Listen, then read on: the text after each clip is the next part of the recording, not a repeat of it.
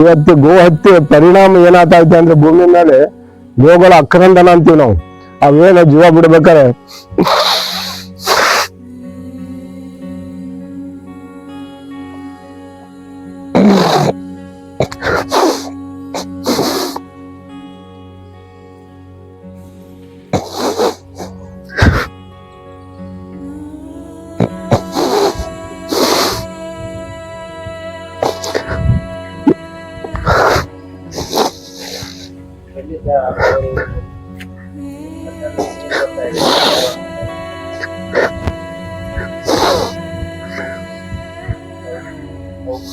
ಏನಿವತ್ತು ನೋವು ಆತಂಕವನ್ನು ಅನುಭವಿಸ್ತಾರೆ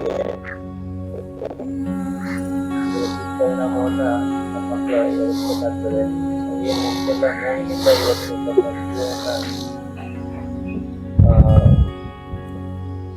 ಕೊಡ್ತಾ ಇದ್ದಾವೋ ಅದೇ ರೀತಿ ಮುಂದಿನ ನಾವು ಇದೇ ರೀತಿ ಹೋಗುತ್ತೆ ಆದ್ರೆ